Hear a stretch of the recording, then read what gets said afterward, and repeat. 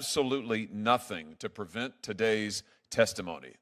They've absolutely gone to war to try to prevent it. Our witness today is a whistleblower, and not just a whistleblower, but a longtime executive at Facebook. She worked directly with Mark Zuckerberg and Sheryl Sanders and the Facebook brass. She was a part of the Facebook brass, and they have gone scorched earth to prevent her from telling what she knows. They've sued her.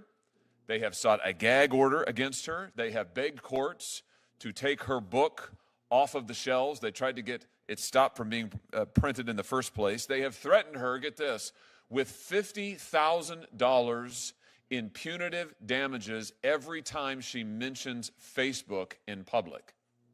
$50,000 every time she mentions Facebook in public, even if the statements that she is making are true. And even as we sit here today, Facebook is attempting her total and complete financial ruin. They are attempting to destroy her personally.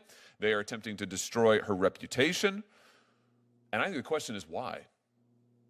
Why is it that Facebook is so desperate to prevent this witness from telling what she knows? What is it that they are so afraid of? Well, we're going to find out today. And I think that we've already got a sense of it. Sarah Wynn-Williams knows the truth about Facebook. That's what they fear. She knows that while Mark Zuckerberg now claims to be a champion of the United States and claims to be a free speech warrior, he in fact worked hand in glove with the Chinese Communist Party for years. He in fact made censorship his business model. He in fact developed censorship tools for the Chinese Communist Party to use against its own people. He in fact made Americans' own user data available, was willing to make it available to Beijing. The truth is, Facebook and Mark Zuckerberg have lied to the American people repeatedly. And I think as we'll see today, they have lied to Congress as well. It's time for this to stop. That's why this committee has launched a full-scale investigation into the potential illegal behavior of Facebook. Today's hearing is one step in that investigation. Ms. Wynn-Williams' testimony is absolutely essential to that investigation. That's why we invited her to be here today, and it is why she accepted. Facebook does not want you to hear what she has to say. I dare say China probably doesn't want you to hear what she has to say, but we are going to get the truth, and we're going to get the truth starting now. I'm delighted to have with me the ranking member, both for the subcommittee and for the full Judiciary Committee, Senator Durbin, and I'll turn it over to him. Thanks, Chairman Hawley, for holding this hearing. Thank you, Ms. Wynn-Williams, for agreeing to testify, particularly under these circumstances.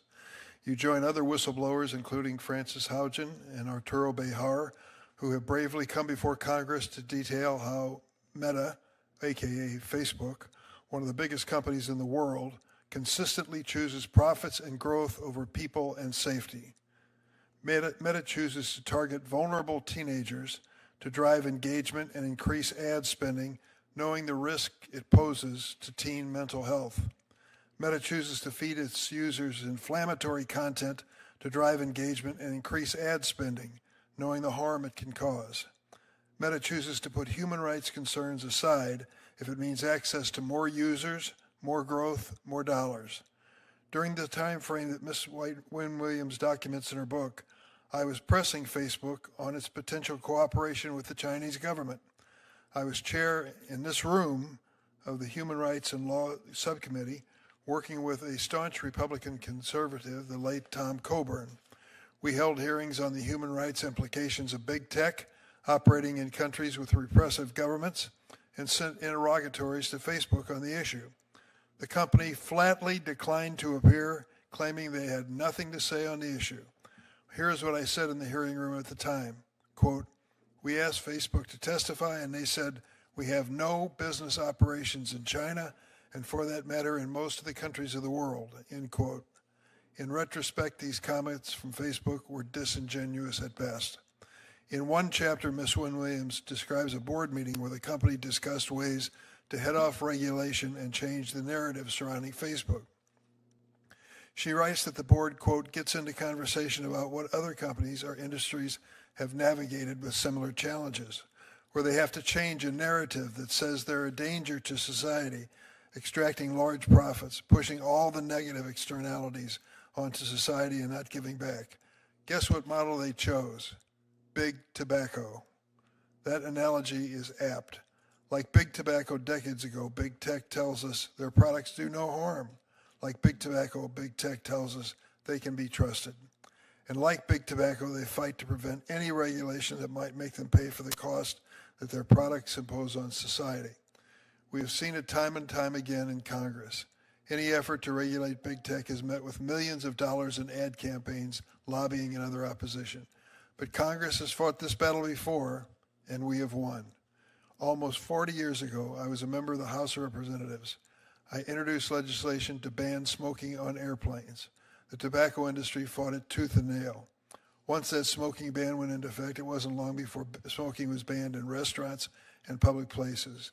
That one little law finally turned the tide against smoking in America, and it ultimately saved millions of lives.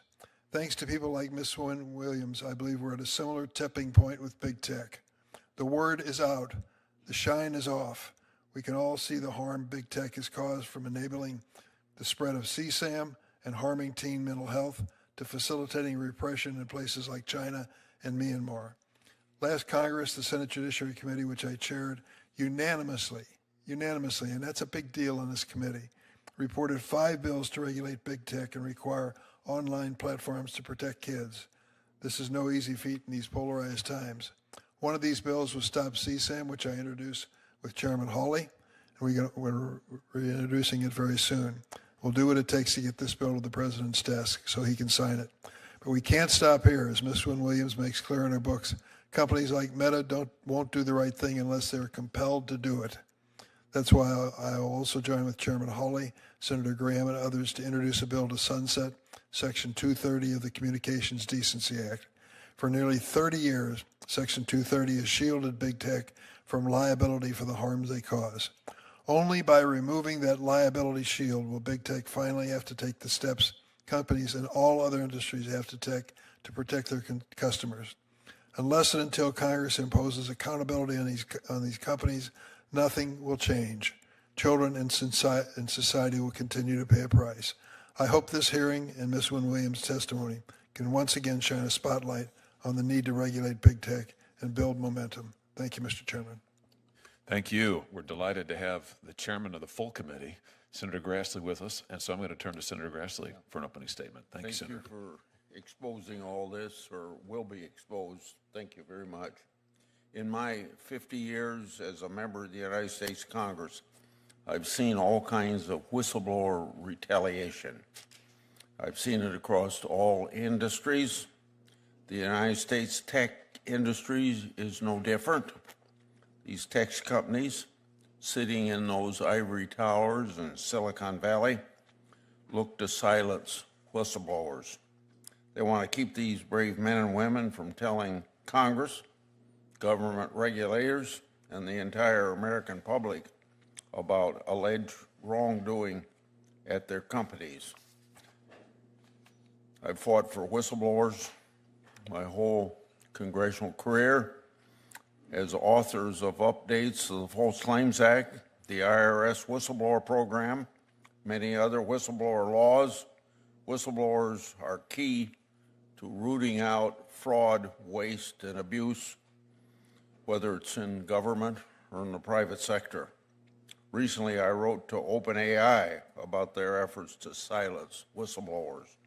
To address this, I'm working on bipartisan legislation to implement whistleblower protection in the artificial intelligence industry. Sadly, our witness, Ms. Sarah Wynn-Williams, is facing down the barrel of a gun. Ms. Williams is a former employee, Facebook. According to her attorneys, Meta is threatening her with fines of $50,000 each time she makes a disparaging comment about the company. This can be easily abused to silence her for telling the truth. Thank you for bravely being here. This isn't the first time I've investigated a tech company for exposing America's data and sensitive technology to our adversaries. on September the 13th, 2022, as ranking member of this committee. I, along with Senator Durbin, held a hearing on those very issues. A Twitter whistleblower named Peter Zatko testified at that hearing. He disclosed to this committee that Twitter shared user information to foreign intelligence agencies, including the government of China. His disclosures made public that the FBI notified Twitter of at least one Chinese agent in the company. Now, what's different here now? Well, the Chinese didn't have to infiltrate Facebook. Facebook went to China. Ms. Williams has disclosed very troubling allegations. For example, she told my office that C-suite executives had Facebook rolled out the red carpet for the Chinese Communist government. According to our witness, Facebook executives agreed to provide the communists in China with access to user data and build data storage facilities in China. This would obviously involve America data. Allegedly, Facebook also built censorship tools to block certain content from Chinese users. According to Ms. Wynn-Williams, Facebook also gave the ruling Communist Party and its People's Liberation Army briefings on artificial intelligence software. These briefings were done with the knowledge that they would assist the Chinese government in advancing its artificial intelligence program. These actions have and can have dire consequences. These disclosures to Congress are exactly how it ought to be done. This whistleblower, in my view, has absolutely done the right thing. Ms. Wynn-Williams, I often say that whistleblowers are treated like skunks at a picnic. Unfortunately, you've experienced that already. Thank you for your courage and bravery for coming forward to Congress. We'll be conducting a thorough investigation and ask Meta to fully cooperate. I'll be in and out because of votes on the floor of the Senate, but I want to come back and ask a few questions. You bet, Mr. Chairman. And now let me turn to my good friend and someone who has been a great friend of whistleblowers and also has been a champion of going after big tech, Senator Blumenthal. Thank you, Senator Hawley, and thank you for your leadership on this subcommittee and having this hearing, and also on the subcommittee that we chaired together on technology and the law, and I'm still hoping we will continue our work on AI. But your experience as a former law enforcement official, as Attorney General of your state, as I was of mine, gives you a solid backing and interest, and I think it reflects the importance of this subcommittee's work, that both the chairman and the ranking member of the full committee are here, and that we have a bipartisan group determined to get the truth.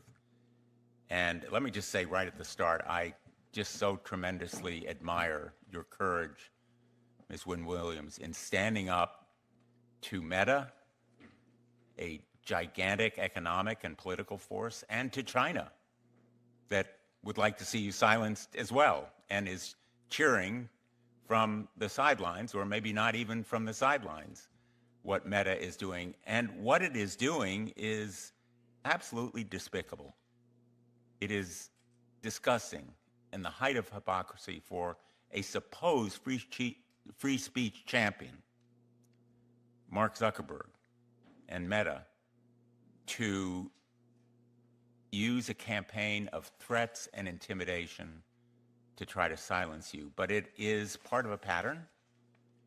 Meta is trying to buy and even bribe and pander its way out of any accountability.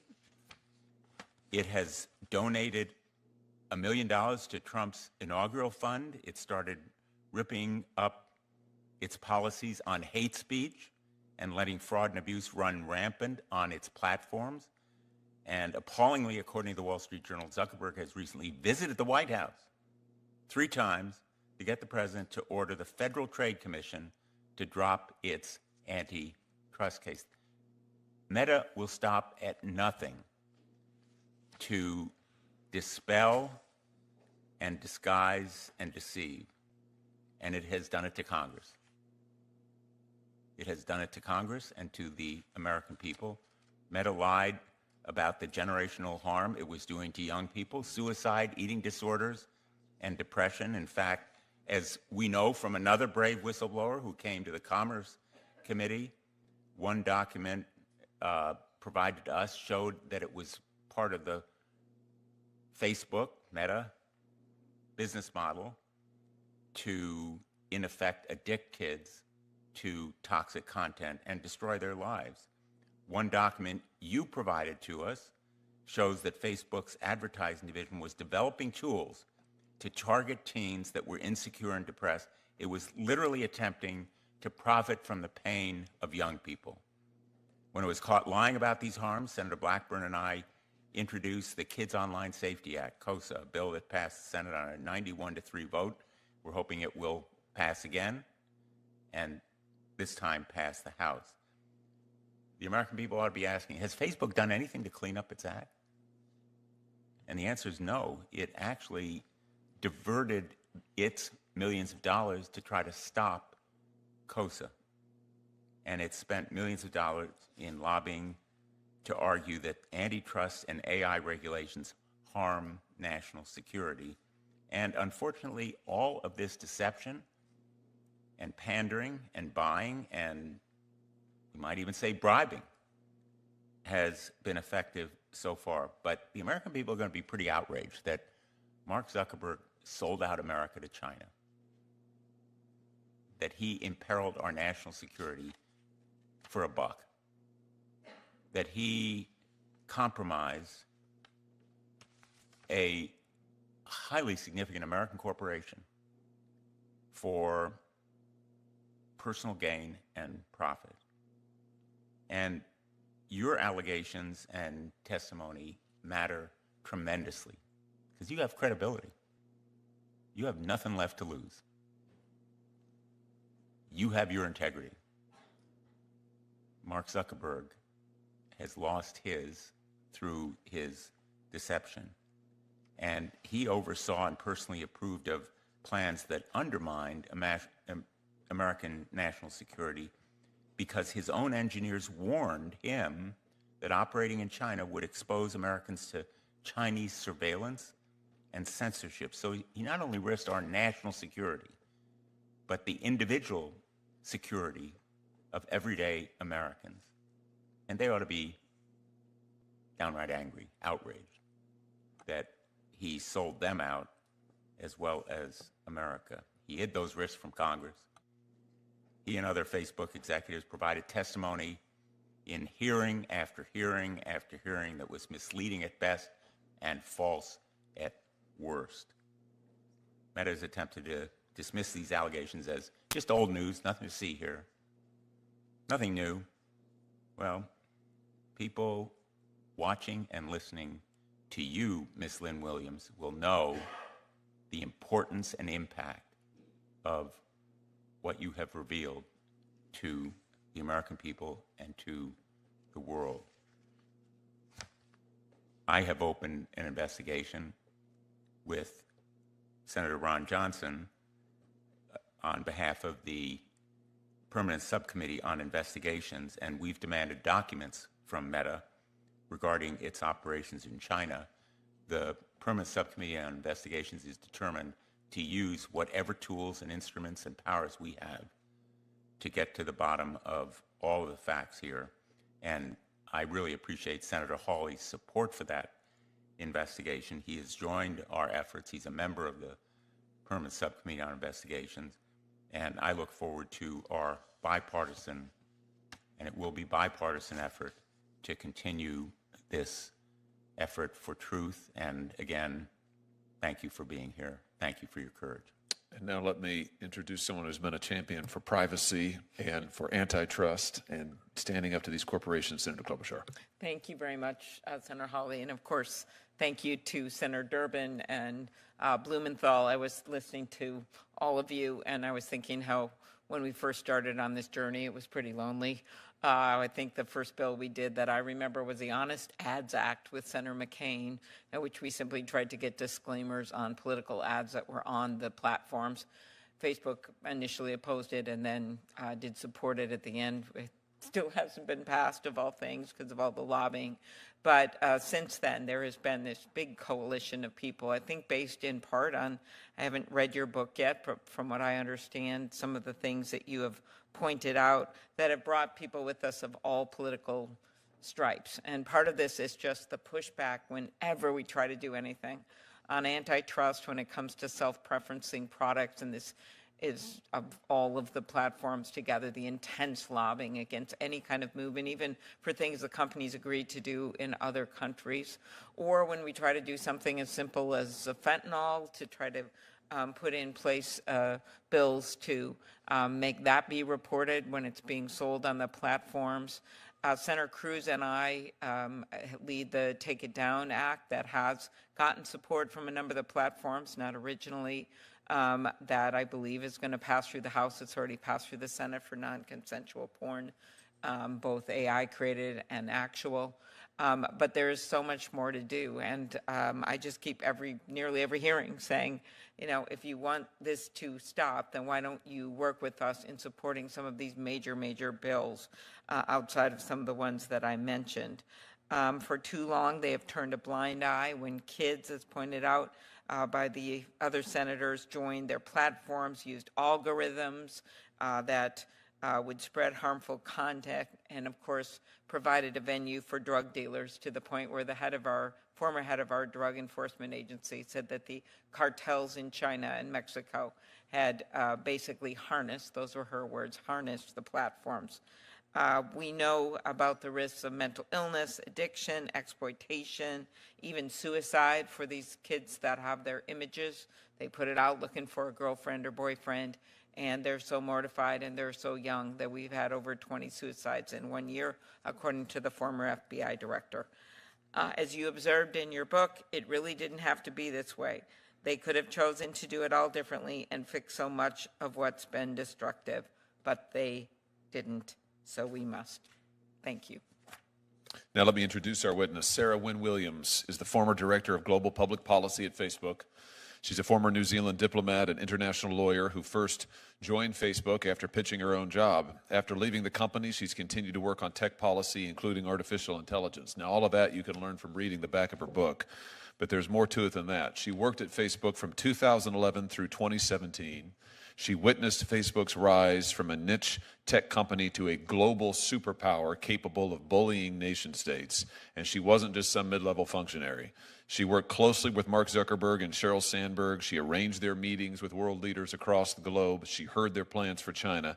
She's no ordinary whistleblower, and she comes to tell us not merely about what has happened, but also what is coming. Now, it is our practice, Ms. Wynn-Williams, and the Judiciary Committee and its subcommittees to swear in our witnesses before they testify. So if you would, let me invite you to rise and raise your right hand, and we'll get started. Do you swear that the testimony you're about to give is the truth, the whole truth, and nothing but the truth, so help you God? Thank you very much. We'd love to hear your opening statement. Take as long as you need. Chairman Hawley, Ranking Member Durbin, and distinguished members of the committee, thank you for the opportunity to speak with you today. My name is Sarah Wynn-Williams, and I served as the Director of Global Public Policy at Facebook, now Meta, for nearly 7 years, starting in 2011. Throughout those 7 years, I saw Meta executives repeatedly undermine U.S. national security and betray American values. They did these things in secret to win favor with Beijing and build an $18 billion business in China. We are engaged in a high-stakes AI arms race against China. And during my time at Meta, company executives lied about what they were doing with the Chinese Communist Party to employees, shareholders, Congress, and the American public. I sit before this committee today to set the record straight about these illegal and dangerous activities. Meta's dishonesty started with the betrayal of core American values. Mark Zuckerberg pledged himself a free speech champion. Yet I witnessed Meta work hand in glove with the Chinese Communist Party to construct and test custom-built censorship tools that silenced and censored their critics. When Beijing demanded that Facebook delete the account of a prominent Chinese dissident living on American soil, they did it, and then lied to Congress when asked about the incident in a Senate hearing. The willingness to censor was not the only troubling thing I witnessed. I watched as executives decided to provide the Chinese Communist Party with access to Meta user data, including that of Americans. Meta does not dispute these facts. They can't. I have the documents. As recently as this Monday, they claim that they do not operate their services in China. Another lie. In fact, they began offering products and services in China as early as 2014. That hasn't stopped. Their own SEC filings from last year show that China is now Meta's second biggest market. Meanwhile, Meta's AI model, Llama, has contributed significantly to Chinese advances in AI technologies like DeepSeek. Facebook's secret mission to get into China was called Project Aldrin and was restricted to need-to-know staff. There was no bridge too far. Meta built a physical pipeline connecting the United States and China. Meta executives ignored warnings that this would provide backdoor access to the Chinese Communist Party, allowing them to intercept the personal data and private messages of American citizens. The only reason China does not currently have access to US user data through this pipeline is because Congress stepped in. Meta started briefing the Chinese Communist Party as early as 2015. These briefings focused on critical emerging technologies, including artificial intelligence. The explicit goal being to help China outcompete American companies. There's a straight line you can draw from these briefings to the recent revelations that China is developing AI models for military use, relying on Meta's Llama model. Meta's internal documents describe their sales pitch for why China should allow them into the market by, quote, helping China increase global influence and promote the China dream. The truth about what has gone on in China matters. I filed a shareholder resolution asking Meta's board to investigate its activity in China, and I filed whistleblower complaints with the SEC and the DOJ. The measure of how important these truths are is directly proportionate to the ferocity of Meta's efforts to censor and intimidate me. I relied on their commitment given in 2018 that they would waive their rights to pursue forced arbitration. Despite that public commitment, they've brought a case against me for hundreds of millions of dollars. Now, they have a legal gag order that silences me, even as Meta and their proxies spread lies about me. This order is so expansive that it prohibits me from speaking with members of Congress. The gag order was sought by a company whose CEO claims to be a champion of free speech. The American people deserve to know the truth. Meta has been willing to compromise its values, sacrifice the security of its users, and undermine American interests to build its China business. It's been happening for years, covered up by lies, and continues to this day. I am here at considerable personal risk because you have the power and the authority to hold them accountable. Thank you. Thank you, Ms. Wynn-Williams. We're going to have 8-minute rounds of questioning, and I will start. Let me just start with something that you referenced, Ms. Wynn-Williams, a moment ago. Facebook Meta issued a statement again last night saying that they don't do business in China. Now, is that true? Facebook Meta is not doing business in China? Is that accurate? That is not accurate, Chairman Hawley. Facebook has a $18.3 billion business in China. And to give just one example, in 2014, it launched Oculus in China with a strategy of playing dumb. And Oculus has continued to grow as a significant part of their business. In fact, they have, since 2014, 2015, they have launched multiple apps in China, often without, well, always without seeking authorization from this government, not informing their shareholders, not informing Congress, not informing the public. And now they have employees in China. Is that accurate? They have a partnership with Tencent in China. Is that accurate? Their Oculus VR business is in China. Is that accurate? So tell me this, why has Facebook Meta been so obsessed, if I can use that word, with breaking into the Chinese market? What is this all about? It is incredibly valuable for Meta. Monetarily. Absolutely. So we're talking about profit at the end of the day. We are absolutely talking about profit. Profit and power. Let's talk about what Meta has been willing to do for profit and power. You said just a moment ago that Meta's dishonesty started with the betrayal of core American values, and you mentioned that Mark Zuckerberg has pledged himself as a free speech champion. I notice he talks a lot now in the American media about free speech. I notice he talks a lot when he goes to the White House about free speech and how Facebook won't censor and Facebook will protect the rights of all. Have you ever known Mark Zuckerberg to censor on behalf of China? Yes, Chairman Hawley. Let's talk about a few specific instances. In 2017, the Chinese dissident Guo Wingyi suddenly had his Facebook profile shut down. Now, Facebook at first said that this was a temporary glitch. Was that true to your knowledge? No, Senator Hawley. In fact, Facebook shut down this dissident's page. This dissident, as you pointed out a moment ago, was living on American soil at the time. Facebook shut down that page based on pressure from the Chinese Communist Party. Is that accurate? That's accurate. Let's just take a look here at the documents. Here's some meeting notes taken shortly after a conversation with a Mr. Chow, who's a Communist Chinese Party member, a government official. Here, Mr. Chow asks Facebook, it says to Facebook that they want Mr. Guo's Facebook page dealt with.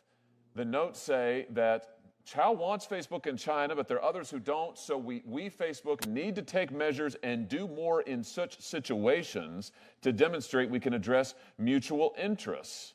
And then they go on to list, here's what we could do. We could do nothing, we could say we could do something, or we can do even more than expected, but we need to provide a response to the Chinese Communist Party on what we can do. So here we have evidence of high-level contacts between Chinese Communist Party officials and Facebook asking for this dissident's page to be taken down, Facebook acknowledging this pressure, saying we need to do something if we want to get the party's cooperation, the government's cooperation.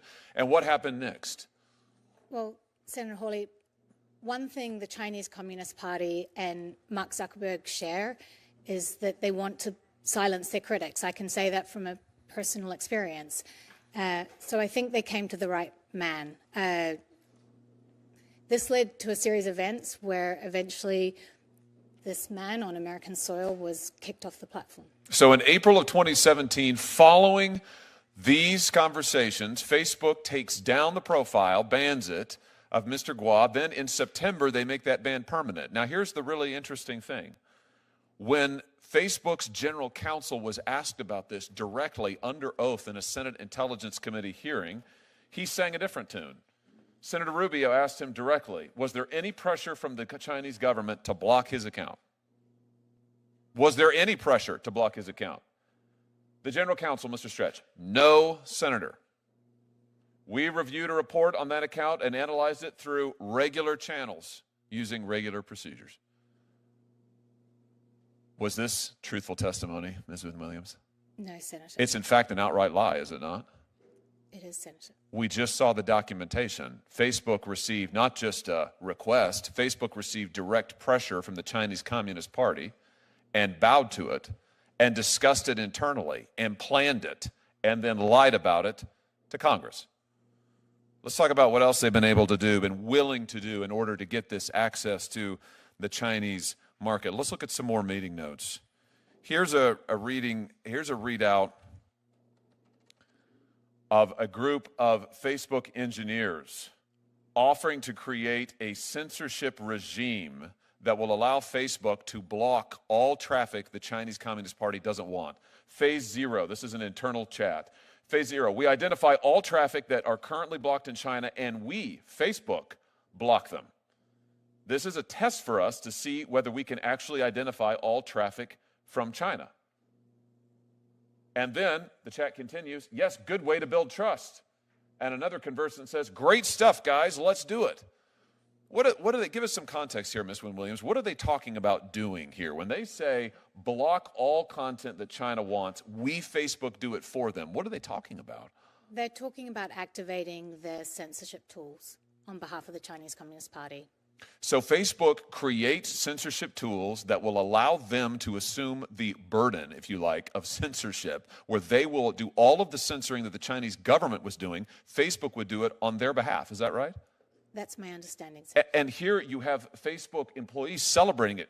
Good way to build trust. They mean build trust with the Communist Chinese Party, right? Correct, Senator. And great stuff, guys, let's do it. Meaning they greenlit this and went forward to see if they could make it happen. Is that accurate?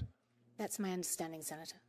All of this, let's be clear, for a murderous regime in China, the most barbaric, most evil regime on the face of the planet, and our free speech champion, Mark Zuckerberg, is here with his team of engineers actively working to make Facebook censor on their behalf. Let me ask you this. What about user data, Ms. Wynn-Williams? Facebook has said publicly many times, we would never compromise user data. It's a red line in the sand. We'd never do that. Never, never, never. Was Facebook ever willing to share user data with the Chinese Communist Party? Yes, Senator. In fact, they had a plan for that, didn't they? Here's some more documents, internal documents. Update, I spoke with the China team yesterday. They flagged a potential complication arising from our negotiations with the Chinese government. I emphasize this is a Facebook document now. These are Facebook executives. In exchange for the ability to do operations in China, Facebook will agree to grant the Chinese government access to Chinese user data. There it is in black and white. Facebook will agree to grant the Chinese government access to Chinese user data, including Hong Kongese user data. And then they talk about they're going to have to get their Hong Kong citizens to re-agree to terms of service so they can slide this right by them. This is extraordinary. Can I just ask you, Ms. Wynn-Williams, was Americans' user data ever compromised? Or they ever plan to compromise American user data in any way? Do you know? One of the challenges with the servicing a market as big as China was the internet infrastructure that would underpin that. So I mentioned the cable that they joined between the US and China, and that would be very helpful. But in servicing this market, but it would still mean that the service would be slow. So they contemplated using POP servers, and POP servers as a technical data center that brings the data closer to the end user. The challenge with POP servers is that you can't segregate data. It would have American data, it would have Chinese user data, and it would be on Chinese soil. So I want to just be clear about this. Here in this document, Facebook is talking about making Chinese user data available to the Chinese government because they're going to store that data in China. Is that correct? Correct. But when you store that data in China, Americans who exchange messages or other information with Chinese Facebook users, that would mean the Chinese government could get access to the American data as well. Is that correct? Through the POP servers, potentially, yes. And Facebook was willing to take that risk? Yes, there was a lot of discussion about this, and ultimately, yes. I mean, this is extraordinary. This is exactly contrary to what Facebook has represented for years. Here, they're willing to build data centers, store data in China. They are willing explicitly to give the Chinese government access to it. And if that means that American user data is also compromised, they're willing to do that too. All for profits in China. There was virtually nothing they weren't willing to do. Chairman Grassley? And I'm only sitting over here because of your chart. I take very seriously adversaries having access to critical technology such as artificial intelligence, and I noted in my opening statement you made allegations about Meta's efforts to help China's government in that field. In your opening statement, you said that Meta's goal was to help China outcompete American companies. Can you explain why they would want to do this, and is there any documentation on that point? Thank you, Senator.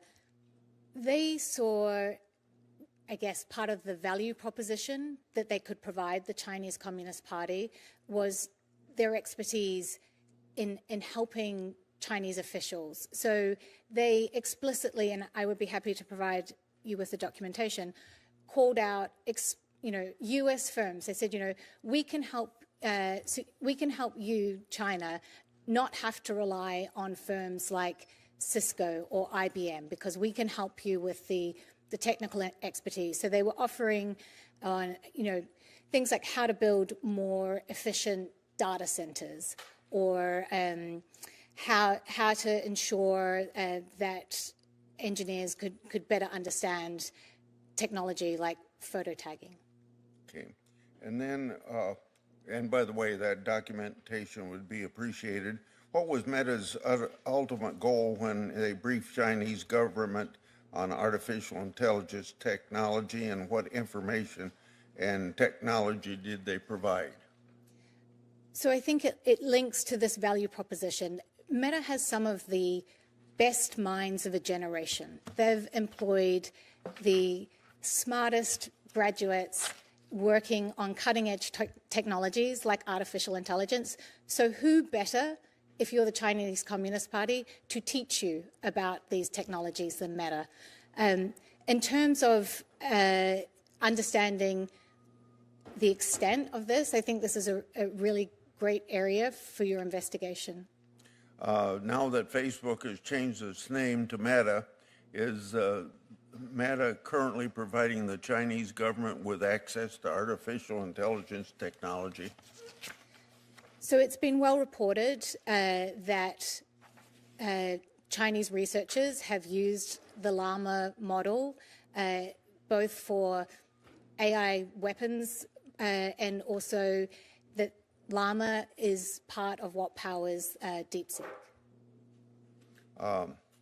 Please describe for the committee how Meta planned to share data from American citizens with the Chinese government, and for example, did Meta have any agreements with the Communist Chinese government to provide them with the data, and if so, do they still have those agreements, as far as you can tell that you've been gone from the company? So part of the challenge, as I mentioned, was building like the internet infrastructure to support their China ambitions. And it was through that internet infrastructure that they would gain access to potentially American citizens' data. I think, again, this is another very good area to investigate and get further information directly from the company.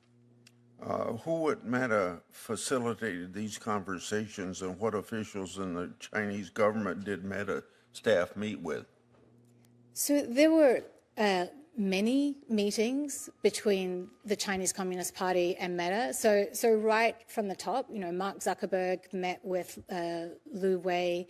There were lots of visits back and forth between Beijing and Menlo Park.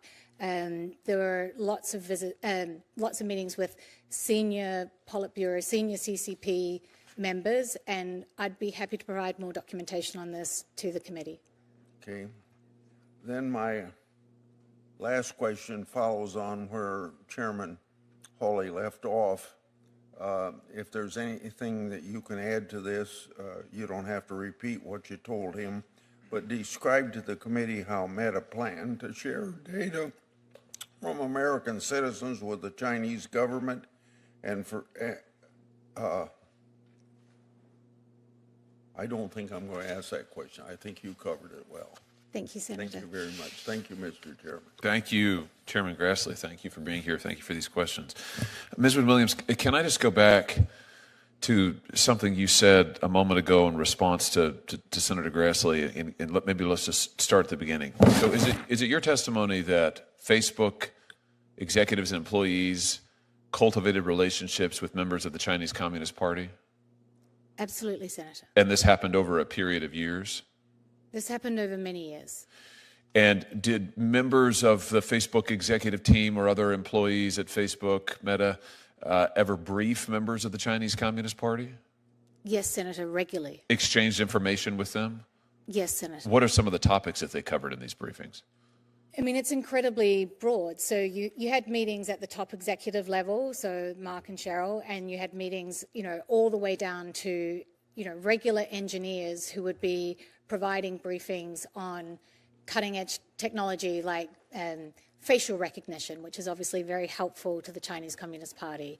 Facebook Live, as I mentioned, photo tagging, internet infrastructure, so how to build effective data centers. Facebook has a project called the Open Compute Project, which has 5 Chinese companies as a member of it. So it was at every level on every aspect of the many different technology that Facebook has. You testified a moment ago that one of the things that part of their value proposition to China was that they would help them, Facebook that is, would help China outcompete other American businesses. Can you just say more about that? I mean, that seems like an extraordinary thing to me. Here you have an American company going to our chief foreign adversary on whom we currently have tariffs of like 10 billion%, and saying, hey, we'd love to help you. We would love to help you beat all of these other American companies. That's extraordinary. I mean, what can you tell us about that? I'd be happy to provide the documentation. I mean, literally the documents in which they were writing this were called our value proposition to be put before the CCP. So was information related to artificial intelligence part of these briefings? I know you said that there were some sort of informal discussions, but did Facebook actually brief members of the CCP on artificial intelligence, to your knowledge? Yes, Senator. And again, was that a once-off, or was this a regular thing? Senator, I think this is a great area of investigation for your committee. So why would, you were at Facebook a long time, why would Facebook want to help China with artificial intelligence? I mean, what's the strategy there, do you think? What do you divine the intent to have been? I think there are lots of, so I think we've talked about the general focus of the company of wanting to help China. This is over a period of time where China was rapidly trying to increase its own technological expertise and trying to grow its own homegrown technology company. So it's incredibly valuable to have the brightest minds in the world show you how that technology works, and then I think at the moment, as you're aware, there's a debate in the AI community around whether open source models or closed models are more appropriate. And one of the considerations around that is national security. But it's not clear at this moment whether open source models or closed models will ultimately prevail. And there's a lot of money on the line. In some ways, you could say, it's helpful if you want open source to prevail to have a strong threat from a Chinese model so that you can say it's really important that America wins this and we are the American open source option. And I think you can see the way that strategically plays out. So what you're saying is Facebook's AI model, Llama, I think it's called, that's an open source model, is that right? Correct. And I think they just released Llama 4 or something just recently, the last few days. So that's an open source model. Many of the other American competitors, Sam Altman's company, for example, OpenAI, is a closed sourced model, closed source code. So Facebook has a fundamentally different take, an open source model. They're briefing the Chinese government, including CCP officials, on this model, on their information, and then we get the revelation of DeepSeek just a few months ago, China's sort of breakthrough on AI. Do you think that Llama had something to do with DeepSeek? Do you think that that information sharing helped lead to DeepSeek? I think it's been widely reported that the DeepSeek model is in part based on Llama. And so just playing this out, if China's DeepSeek model, another open source model, I think, right, becomes the chief competitor to these other models in the United States, what you're saying is that it stands to reason, and this is something for us to look into certainly, but it stands to reason that in a way Facebook would benefit from that because you've got this threat in DeepSeek. Facebook is the only other really major American open source model out there. The others aren't built on that platform. So, Facebook's, their profile is raised, the significance of their model is raised, and maybe they become more important than ever. I mean, does that stand to reason? I think it's a winner-takes-all situation, and I think that would set up Meta in a very strong position. And as usual with Mark Zuckerberg and Meta, they intend to win and take all. Senator Blumenthal, if you're ready, I'll turn it over to you. Thanks very much, Mr. Chairman.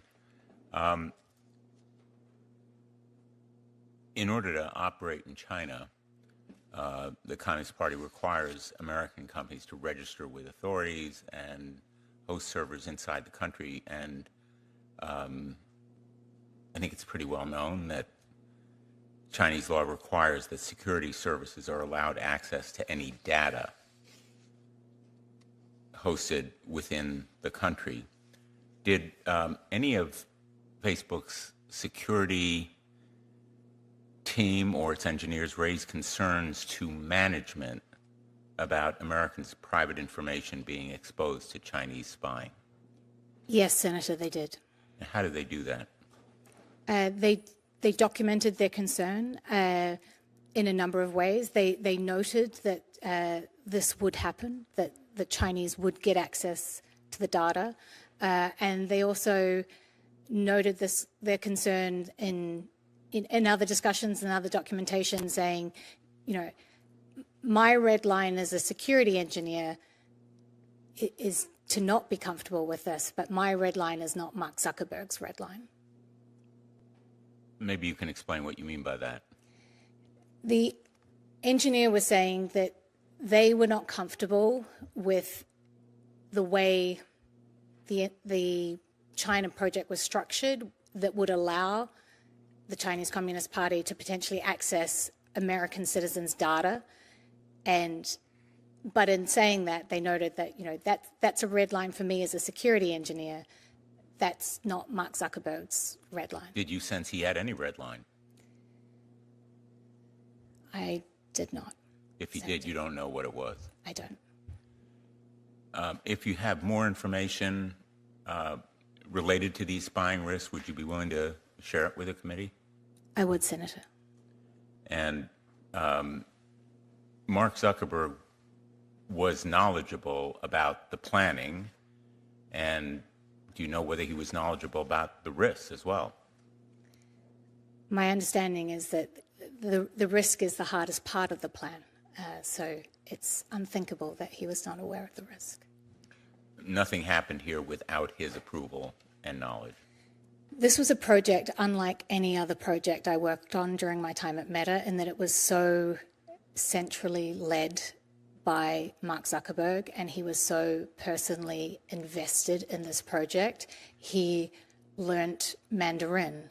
He traveled to China more than any other country. He had weekly Mandarin sessions with employees. It's hard to overstate how different this project was to any other project I experienced in my many years at the company. So there would be no credibility to his denying that he knew about the risks, he knew about the concerns raised by his engineers and his China team, and he was intimately involved in not only the planning and the engineering, but also in taking those risks. Senator, he was traveling to Beijing. In the documents submitted to the subcommittee, Facebook appears to have been willing to provide the data of users in Hong Kong to the Chinese government at a time when pro-democracy protesters were opposing Beijing's crackdown. Is that impression correct? And how did Facebook treat Taiwan or Hong Kong? So that impression is correct. One of the more surprising things is that as part of the censorship tool that was developed, there were virality counters. So anytime a piece of content got over 10,000 views, that would automatically trigger it being reviewed by what they called the chief editor. And what was particularly surprising is that the virality counters were not just installed, but activated in Hong Kong and also in Taiwan. Let me ask you, I raised in my remarks, and I know that a number of other colleagues did as well, the record of misrepresentation and deceit.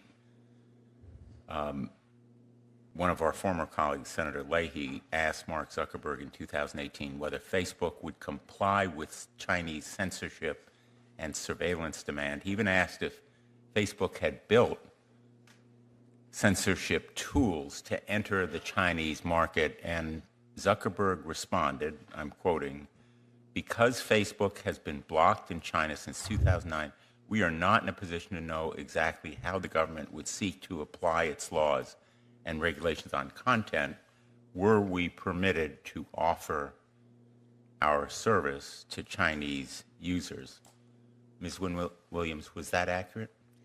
That is not accurate. You know, hundreds of decisions had been made, and by 2018, they'd been in dialogue directly with the Chinese Communist Party for 4 years.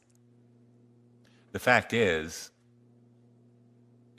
by 2018, Facebook built, it even turned on censorship and surveillance tools that it developed for Chinese security officials, correct? It developed, and those Chinese Communist Party officials tested the censorship tool and would give feedback and say, this needs to change, or we need this, or we need confidence that you can capture images and filter images we don't want seen. You know, we talk a lot about 1984. Facebook developed a virility counter tool that directed any posts of over 10,000 views to be reviewed by an Orwellian-named, quote-unquote, chief editor. Is that correct? That's correct. And was the chief editor's geographic reach limited to mainland China, or did they plan to cover other locations? They plan to cover Hong Kong and Taiwan, is my understanding.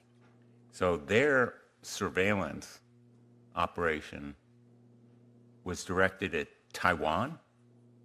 That's my understanding, Senator. And Hong Kong? That's my understanding.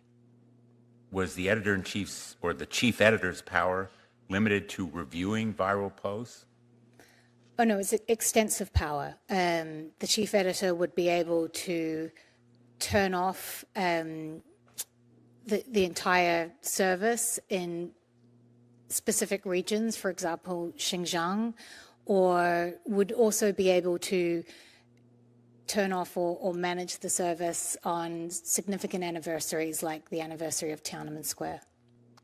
So the chief editor, a creation of Facebook, was an Orwellian censor that applied to locations outside mainland China, to Taiwan and Hong Kong, to people not within the legal jurisdiction of China, but also obviously the Chinese themselves. And it was designed and implemented by Meta and Mark Zuckerberg.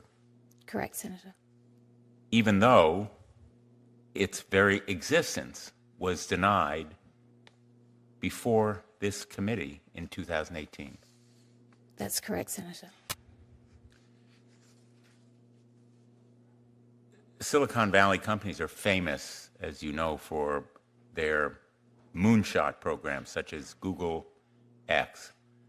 In recent years, Mark Zuckerberg spent billions of dollars on the metaverse and AI. He even named or renamed the company as part of a pivot to focus on that technology.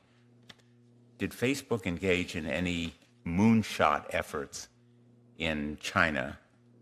And were these efforts walled off or protected from the Communist Party? They did, Senator, and I'd be happy to follow up with the committee on this point. You'd prefer to follow up privately? Yeah. Just one last question. I'm interested in how much of a national champion Meta actually is for the United States. Did Facebook share information about its facial recognition, artificial intelligence models, and other sensitive technologies to Chinese security officials? In other words, did it share that significant technology regarding facial recognition and other surveillance methods? Look, the greatest trick Mark Zuckerberg ever pulled was wrapping the American flag around himself and calling himself a patriot and saying he didn't offer services in China while he spent the last decade building an $18 billion business there. And he wrapped the flag around himself even as he disclosed sensitive technologies that enabled the Chinese to gain the upper hand on surveilling its citizens, but also the upper hand in engaging with us. And he continues to wrap the flag around himself as we move into the next era of artificial intelligence. Thank you, Mr. Chairman. Thank you, Senator. Senator Blackburn. Thank you, Mr. Chairman. I am delighted that we are having this hearing today. I thank you for this. And Ms. Wynn-Williams, I want to thank you for stepping forward and for speaking. Senator Blumenthal and I last year brought forward the Kids Online Safety Act, and this is a piece of legislation we have worked on for years. It came through the Senate on a 91-3 vote.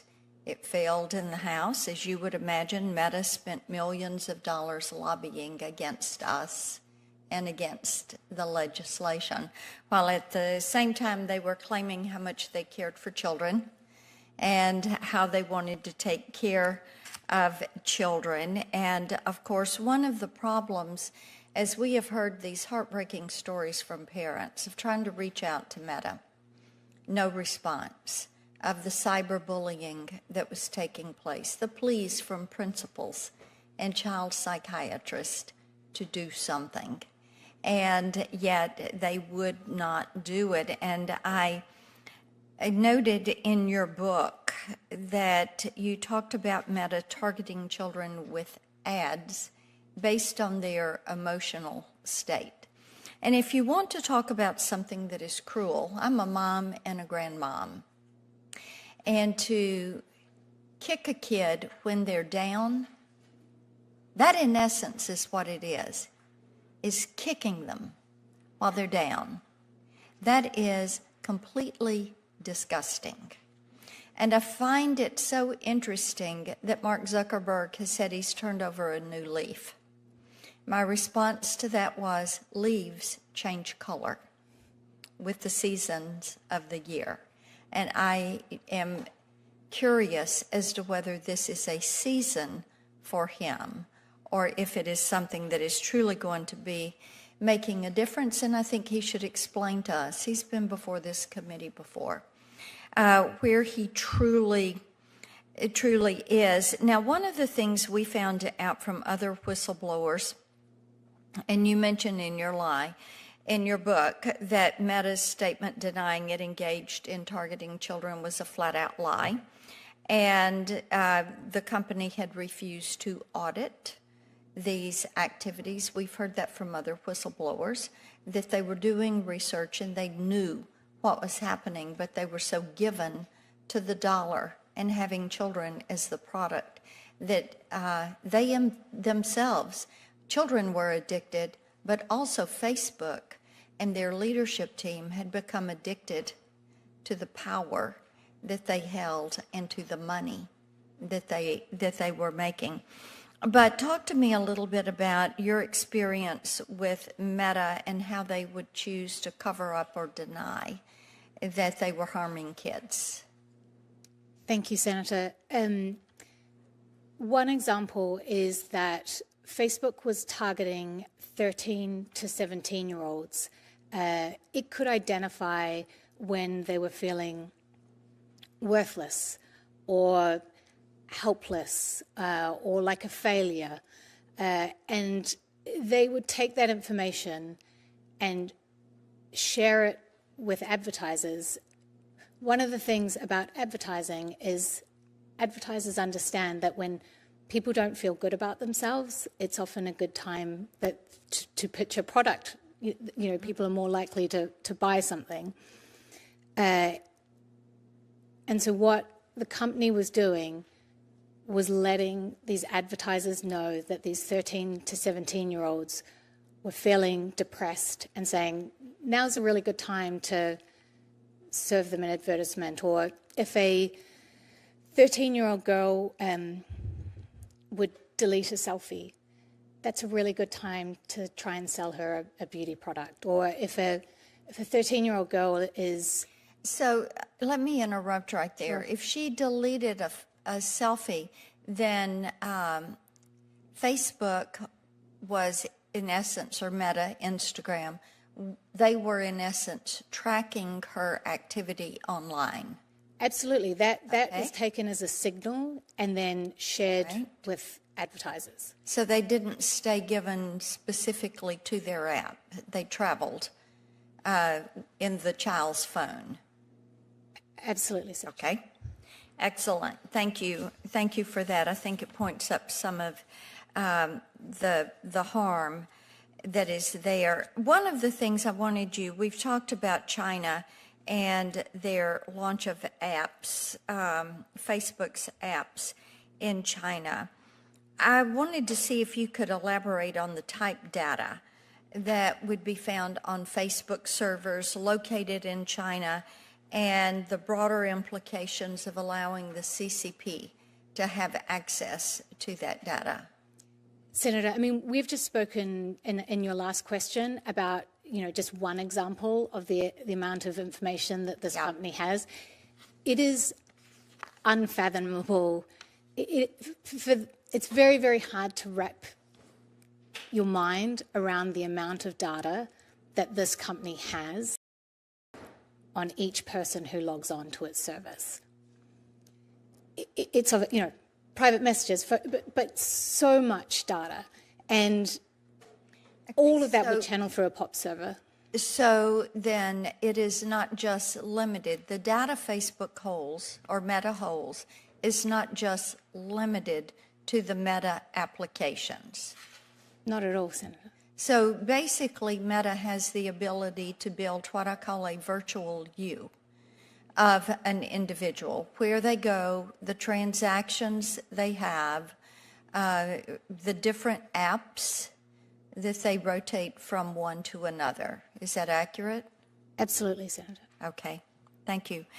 I've got one other question I want to come to you on, and we have heard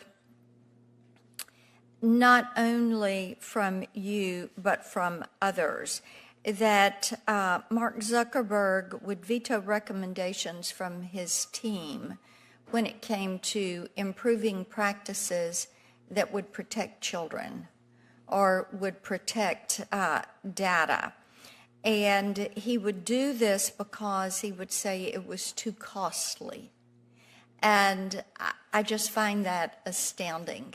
In the physical world, we have laws that protect an individual's privacy. We have laws that protect children and protect them from being exposed to certain harms like alcohol, tobacco, sales, meeting predators, pedophiles. So I wanted to know if you had witnessed that he or the other C-suite were actually vetoing recommendations that would have provided consumer protection and protection of children in the virtual space? Yes, Senator, and as a mother of 3 children, that's one of the more difficult aspects to reconcile with this company, that it is not a company that looks after users, particularly those 13 to 17, which they regard as vulnerable yet very valuable. And then how long were you employed at Facebook, and when was your last day? I was employed from 2011, and it's slightly complicated, but I finished in the end of 2017. 2017. Okay. Thank you very much. Thank you, Mr. Chairman. Senator Dermott. Thanks for being here. That reference that I opened up with, that you made in your book to a strategy, a message strategy for Meta, and someone suggested tobacco as kind of the guideline that you might want to follow, some dangerous product that was lessened in intensity to the public by misrepresentations. As I mentioned at the outset, I was part of the effort to bring them down. Didn't realize I'd reached a tipping point with smoking on airplanes, but it turned out to be one, and things changed.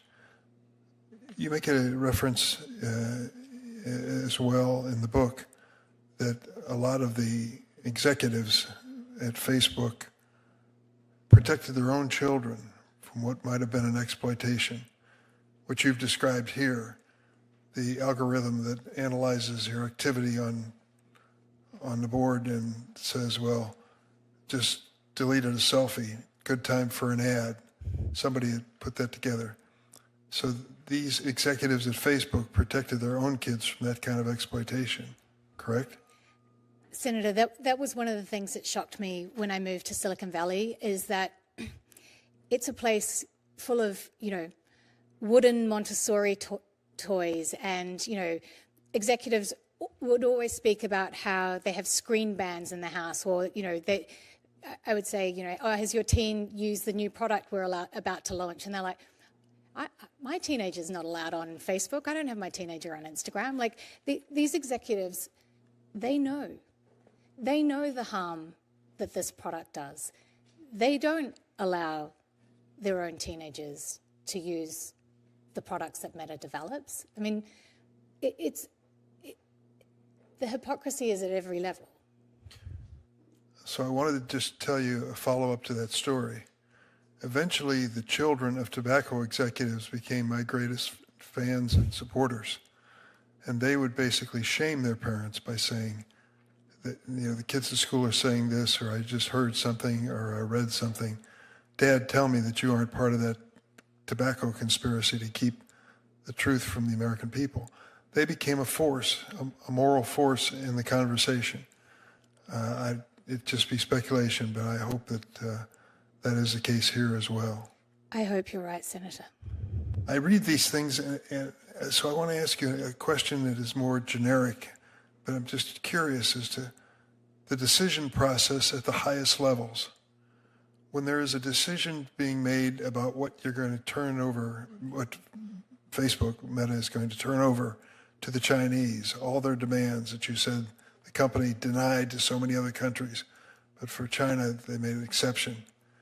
When the decision is being made about exposing American privacy material and data so that the Chinese would have access to it, Americans not knowing that. The security questions that you raised, the AI information is given to the Chinese that makes them, quote, more competitive, but also means that they have sources of information that could compromise the security of the United States. I mean, when you consider each one of these, they kind of grow in gravity and magnitude. Are these decisions being made strictly by Zuckerberg himself, or by boards, or by open discussion? How much sensitivity was there to the fact that the decisions were historic in nature and maybe even criminal? It's a really interesting question. I mean, you asked me in part about China. to give you just one example, at the governance level, which is what you're asking me, the lead independent director on Meta's board was also on the payroll for the China project. So that they had dual loyalty? I think the question around accountability and governance of this company and of tech companies more generally, there needs to be a lot more accountability. I don't think the current governance structures are anywhere close to being sufficient. Tell me that there were people at that company that you worked with that didn't sell out. Absolutely. There are, there were amazing people, and there are people who were horrified and had very strong moral conscience. And there are many of these people who've been in touch who, since these revelations have come out, have said, I was in those meetings. I remember this. There were people who spoke up. There were people. I regret to say that many of the people who spoke up are no longer at the company, but there are good people there, and there are people who have moral beliefs, and there certainly were. But that wasn't happening at the top of the company. That wasn't happening at the executive level. And what was striking was the absence of those types of discussions at the top of the company compared to what was happening with your average people who are working at the company. And you say Mr. Zuckerberg himself prides himself on being a loyal American? I think Mr. Zuckerberg would say he does. Yes. But I don't want to speak for him. No, of course not. But I think the evidence that you've given us points in the other direction.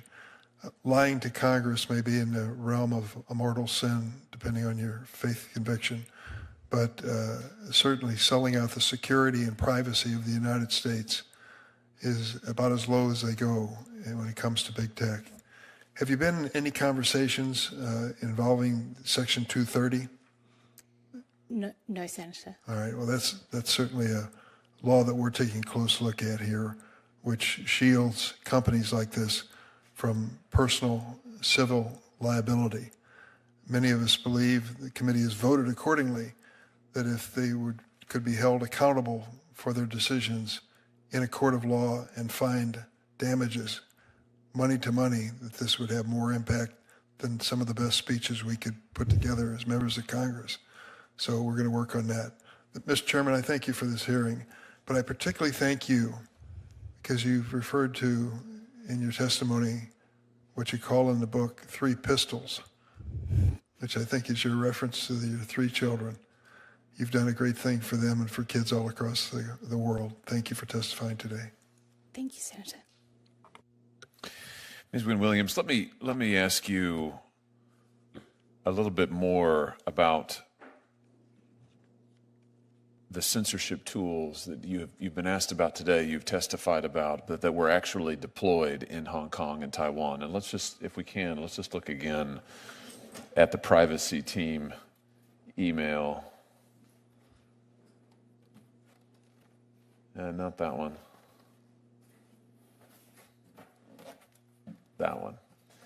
Yeah, so this is, and just so members of the press understand, the committee's in possession of this document. We have blacked out, as you can see, we've blacked out the names of individuals here, but in the documents, we have those names. Of course, we'll follow all appropriate legal procedures, but just so the press understands, the committee is committed to doing a full investigation. We do understand and know who the people are on this chain. We can see who they are, and we can see the full course of the discussion. But I just want to emphasize something here.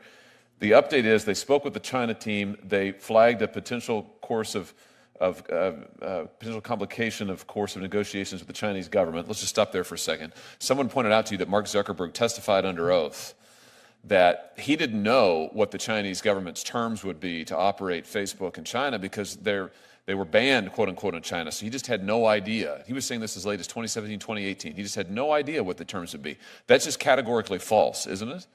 Absolutely, Senator. And this email shows that it is false, correct? Correct. In fact, what this email shows is Facebook is in very regularly close contact with members of the Chinese government, down to specifying how they want the censorship tools to work. They're giving feedback on it, back and forth and back and forth. And here they've agreed on a set of censorship tools to deploy in Hong Kong, down to the fact that they say we're going to have to actually re-TOS. Does that mean terms of service? Correct. So in other words, they're going to have to push out to Hong Kong users a new click thing for them to click on, which they won't, of course, really understand or know because it's almost impossible to decipher. But in fact, what they're doing is it's allowing Facebook to stand up new censorship tools on behalf of the Chinese government. Is that correct? That's correct. Now, here's another interesting point. Back in 2012, the FTC here in this country, the FTC entered a consent decree with Facebook about privacy. Do you remember, Ms. Wynn-Williams, this would have been early on in your time at the company, but do you remember roughly any of the terms of that FTC consent decree? Because they are relevant here. I do, Senator. They were intended to prevent Meta from deceiving people about the extent to which they collect and share their data. Yes, so the part of the order is, and let me just quote, Facebook shall, quote, shall not misrepresent in any manner, expressly or by implication, the extent to which it maintains the privacy or security of covered information, end quote, which is user data.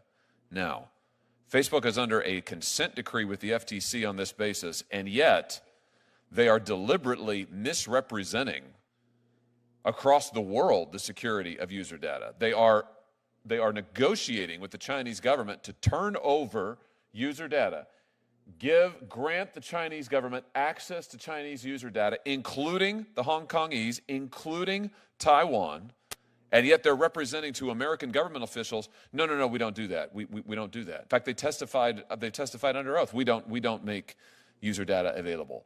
All of that was just lies. Is that fair to say, Ms. Wynn-Williams? Senator, many, many decisions have been made, and they were all premised on the basis that Meta would hand over Chinese user data to the Chinese Communist Party. So in addition to lying to Congress on what seems like a fairly regular basis, lying about suppressing dissidents, lying about setting up censorship tools, they've also arguably violated FTC consent decrees. And we have the documentation. This isn't just Ms. Wynn-Williams' opinion. This isn't just her recollection. We have the documentation with the Facebook employees, who I might add are high-level, executive-level employees, who are planning this and doing this. It's quite extraordinary. This was a pattern of operations at Facebook over and over and over. We'll come back to that, Ms. Wynn-Williams, but if you're ready, Senator Klobuchar, I'll turn it over to you. Thank you.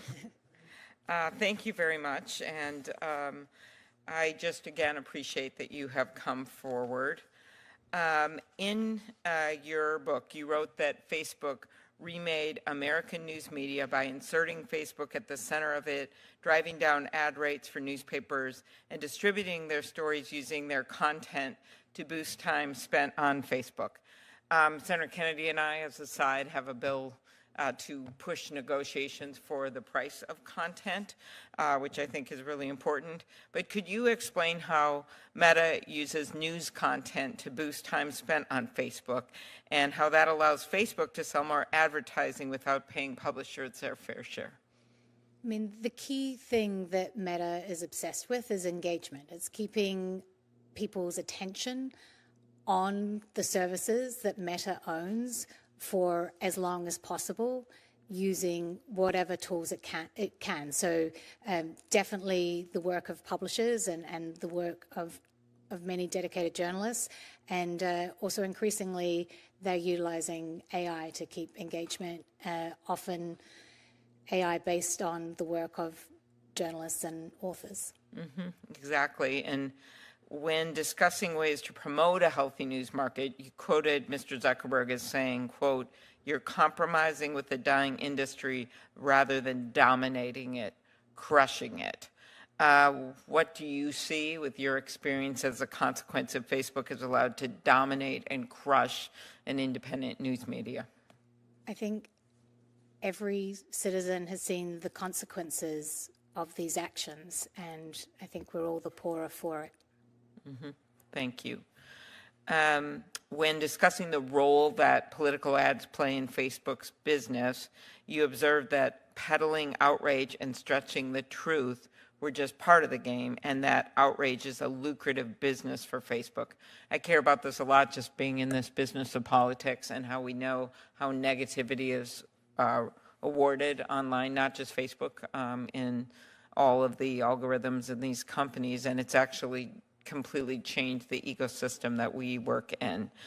Can you elaborate more on how stoking political outrage is profitable for Facebook and ramifications for democracy? I think we're all living with the consequences of this every day. As I said before, what this company wants is to dominate as much time and attention as it can of every, not just in this country, as many billions as they can. And what they've learned is that outrage is a really good way to do that, but it doesn't, whatever it takes to have people glued to these services in their power, in their thrall, they'll do it.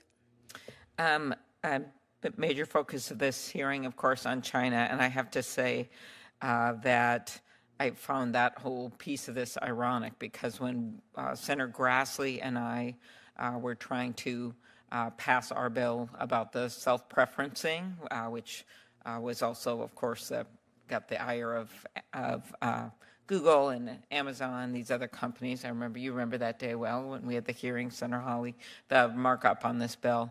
Well, one of the things that kept being thrown in my face and in those of others that work on this is China. You're actually going to destroy us, and then China will dominate.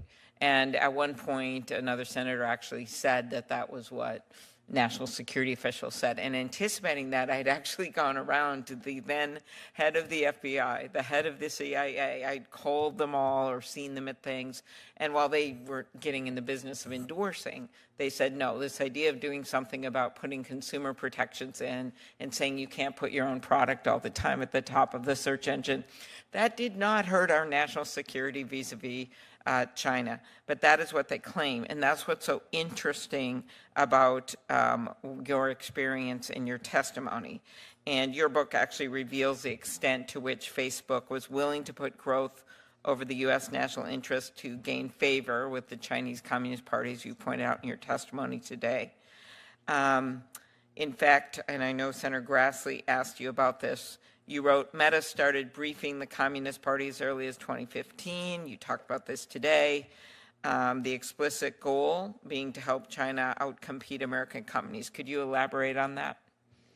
I think to pick up on your point, Senator, Meta is very quick to say, don't do anything that can hurt us because you'll let China win. You'll let China win on AI. You'll let China win and gain the technological advantage. And the whole time, the company that's done the most to help China gain a technological advantage is Meta. Mm-hmm. So do you believe Facebook is an honest broker? This is called a softball. When it claims competition reforms would harm the U.S. ability to compete with China? Because I'm telling you, we hear this all the time. So every time we try to bring up any of these bills. I hope what we've discussed today, Senator, helps you push back very firmly and gives you something to create some real accountability. And then finally, Senator Cruz and I mentioned we have this bill, Take It Down, that's passed the Senate. And just your view that if Meta puts its considerable engineering expertise toward the problem of removing non-consensual intimate images that have the power to ruin lives, or even the selling of fentanyl or some of these other things, do you think they could do it? Senator, they've shown to the Chinese Communist Party that when they're motivated to get something, to remove something, they can be absolutely expert in it very fast. All right. Thank you very much. Thank you, Senator. Senator Blumenthal. Thank you. Thank you, Mr. Chairman. I would be interested in knowing, Ms. Wynn-Williams, when Meta first tried to silence you, when they first contacted you, what was said to you, and I assume it was in the nature of a threat and a warning of some kind. Yes, Senator. I have had some very, I'm trying to find the right word, aggressive threats from this company, and the last 4 weeks have been very difficult. Apart from the threats in a judicial setting, have there been others?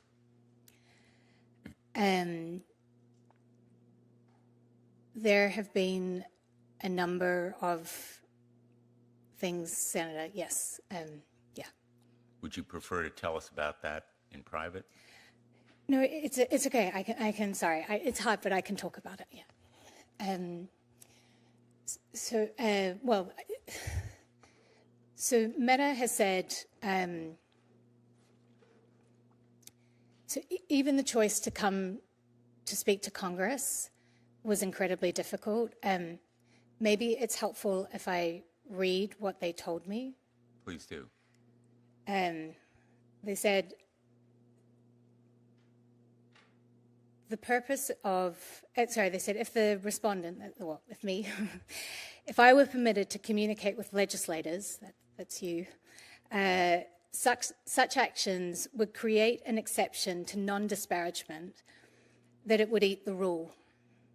In such circumstance, nothing would limit or prevent those legislators or their aides from parroting to the public any disparaging statements. And I just want to pause here because a disparaging statement is a true statement. So it's telling you the truth. Respondent is barred from disclosing.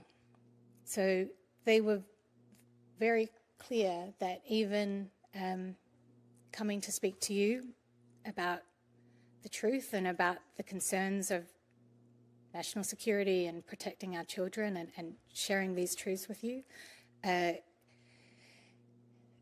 would have not only $50,000 for each truthful statement, actual damages for breach of confidentiality, actual and punitive damages for fraud and other claims. So let me just be clear. In effect, they are warning you against what we might say publicly based on your comments to us, even though they might not hold you or bar you from coming here. They have said that is a potential consequence. That is the order they have secured. That, in effect, you'd be held responsible for what we might say as a result of your truthful testimony. Not just you, Senators, something your aide might say. I mean, they frame it as something your aide might parrot. In other words, what these folks in back of us might say, as well as what we might say. Even though it's factual and true. Even though it's factually true. In effect, I mean, now that you mention it, it creates pressure on us not to tell the truth to the American public, is the way I view it. It's, in a sense, threatening you and thereby putting pressure on us because we could have to worry about harming you as a result. Please don't worry about harming me. And when did they first contact you? I guess when they became aware of your book, or? Well, that's right. They put out public statements when they first became aware of the book. But they also effectively tried to, I mean, I don't know I'm learning very fast about the system of arbitration, which seems incredibly unjust. But they sought to game that. They said that they had notified me of an arbitration. They didn't. They have my email on file. They have have so many ways to contact me. I worked for them for a long time. Most of the senior executive have emailed me, but they chose not to notify me through that email address. So I was They not issued able. a public statement. So they correct. first went public and then contacted you. Well, they didn't contact me, but yes, Senator. And what did they do to start the arbitration process? They started it without me. They secured the order without me. Without any representation? That's correct, because I was not aware of it. They'd sent it to an email address from 2007. And my understanding is that you were regularly communicating with Meta, but they still used a defunct email address to serve the notice of the emergency arbitration. You were provided no notice of the proceeding, the appointment of an emergency arbitrator without your legal team knowing or having an opportunity to object, and the initial hearing took place without anybody from your legal team participating. Yeah, I didn't know about it, so I couldn't participate in it. And once they had an emergency gag order in hand, they knew how to reach you, correct? Senator, I was, well, honestly, I was trying to get my toddler to eat some oatmeal, and the doorbell went, and it's a little embarrassing, but it was just after the book had published, so I thought it might have been someone delivering flowers. No, it was a gag order. So Meta's flowers were a gag order, and they knew where you were. They had no trouble reaching you with the emergency gag order. They didn't bother letting you know about the arbitration process or anything before they got what they wanted. They obviously knew where my home was the entire time. Well, Mr. Chairman, I think that this experience is kind of a textbook example of the kind of problems that we hear from our constituents relating to forced arbitration. I happen to be the lead sponsor in the Senate of the Forced Arbitration and Justice Repeal Act, known as the FAIR Act, which would end these kinds of abusive clauses that enabled them to do what they did with you, Ms. Wynn-Williams. Just so we're absolutely clear, they're trying to force you to pay them this $50,000 in liquidated damages for each so-called disparaging comment, true comment, which they regard as unfavorable to them, even when you tell the truth about their misconduct, correct? That's correct, Senator. Thank you. Thank you, Mr. Chairman. Thank you, Senator. Before we let you go, Ms. Wynn-Williams, just one other line of questions, if I could, just one other subject. You actually touched on it with Senator Blackburn. She was talking to you about the kind of research that Facebook has done and the kind of advertising that they're willing to sell. And to me, what's so interesting about this is we've seen, frankly, the moral bankruptcy of this company and its leadership when it comes to China. And we've seen them be willing to lie to Congress, lie to the American public. We've got the documents in black and white. We've seen them be willing to give away American user data. But they were also trying to find out a way to make a buck on Americans, teenagers, children in times of distress right here in the United States. And I just want to give you an opportunity to comment on this. Here's an internal Facebook chat where a Facebook policy director asks, is it really accurate that Facebook is doing research into young mothers and their emotional state? Is it your understanding if there's other research related to young mothers? Answer, yes. I looked at one list of research topics and saw one about young mothers and their emotional state. Coming down, the person says, I'm wondering about asking my apparently morally bankrupt colleagues if they are aware of any more. This is about Facebook's program to target ads to people when they are in emotional distress. Is that right? Is that what we're seeing here? That's correct, Senator. And that included teenage girls, as you were discussing with Senator Blackburn, those who had maybe recently deleted a selfie, maybe not feeling very good about themselves, and Facebook said, oh, fantastic opportunity. We could sell this to advertisers. It apparently also included young mothers who are in moments of distress. I mean, who knows what that might include?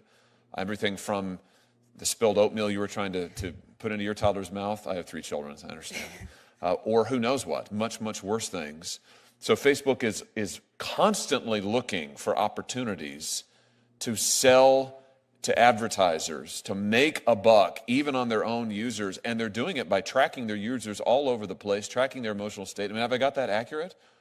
You've got that accurate. And beyond that, it's things like things that often do concern teen girls, like body confidence. You know, that's something else that they use to target, you know, weight loss or other things on you know, children, really, 13 to 17-year-olds. So, to your knowledge, did Facebook, after this email exchange, you know, where another user says, I think it's a slippery slope here, and then there's the admission, there is a level of behavioral targeting. I mean, just to be clear, I want everybody to see this. There is a level of behavioral targeting. I mean, these are Facebook executives. Again, this is a policy director in this chat acknowledging that this is what Facebook is doing. Did it stop? Did Facebook stop doing this? Not to my knowledge, Senator. Yeah, in fact, we know they didn't because other whistleblowers came forward to show that at Instagram, owned by Facebook, there was explicit targeting that goes on. There was explicit knowledge that the Instagram product was causing, in some cases, severe emotional distress, particularly to young girls. Facebook kept right on doing it anyway. Is that just because it made them a bunch of money? Senator, you know, as a mother of 3 children, it's very hard to say this, but yes, you know, one of the discussions I had with one of the business leaders was like, we just don't need to do this. Like, as a company, you know, Meta's now $1 trillion company. It is not short of money. It doesn't need to do this. And what he explained to me is like, you know, we've got the most valuable segment of the population. You know, advertisers really want to reach 13 to 17-year-olds, and we have them. We should be trumpeting it from the rooftops. It's really just extraordinary. I think what we've seen here is the evidence that you presented, the evidence that we have in black and white is a company and leadership that is willing to do anything, work with America's chief competitor, work with our chief adversary, sell out other American businesses, sell out American user data, lie to Congress, lie to the public, anything in order to amass more power and make a buck. Can I just ask you, you know Mark Zuckerberg very well. You spent a lot of time with him. He's recently tried a reinvention in which he is now a great advocate of free speech after being an advocate of censorship in China and in this country for years, after suppressing the Hunter Biden laptop story, after working hand in glove with the Biden administration to suppress content on COVID, to suppress content on masks, to suppress content on election questions, on vaccines. All of that, now that's all wiped away. Now he's on Joe Rogan and says that he is Mr. Free Speech, he is Mr. MAGA, he's a whole new man, and his company they're a whole new company. Do you buy this latest reinvention of Mark Zuckerberg? Senator, there are 2 things. If he is such a fan of freedom of speech, why is he trying to silence me? And the other thing is that this is a man who wears many different costumes. When I was there, he, you know, wanted the president of China to name his first child. He was learning Mandarin. That was, you know, he was censoring to his heart's content. Now his new costume is MMA fighting or whatever, you know, free speech. We don't know what the next costume is going to be, but it'll be something different. It's whatever gets him closest to power. If he were here, is there anything you'd like to say to him? Senator, I have a lot of questions for Mark Zuckerberg, but he has proven time and time again that you cannot believe his answers. He's lied to members of Congress, he's lied to his employees, and he's lied to Americans. And that's why I'm asking this committee to hold him accountable. Well, we're going to do that. And I just have to say, I don't trust his latest reinvention at all. He sat where you have sat in front of this committee multiple times in my short time in the Senate. Every time it's a different answer. Every time it's a different facade. But every time, the one consistent through line is every time it's something misleading. Every time it's something other than the truth. Every time it's about Mark Zuckerberg, not the American people. It's about Mark Zuckerberg, not what's good for this country, not what's good for his users, not what is the truth. And I, for one, am very tired of it. So I have a message to Mark Zuckerberg as well, which is that it's time for you to tell the truth. You should come to this committee and take an oath and sit where Ms. Wynn-Williams is sitting now and answer this evidence.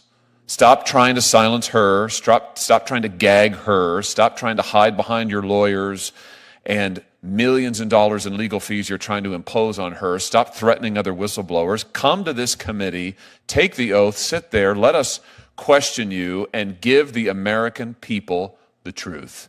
We will be waiting for you. Senator, anything further? Well said, Mr. Chairman. I associate myself with your remarks, and what I would say to him is stop silencing Ms. Wynn-Williams, for starters. And I go along with you that he ought to come here and tell the truth. I just want to clarify that the statement on speaking to Congress was from the arbitrator. Is that right? The arbitrator that Meta saw. The arbitrator that Meta obtained, and the gag order is still in effect. That's right, Senator. This may be the last time I'm allowed to speak.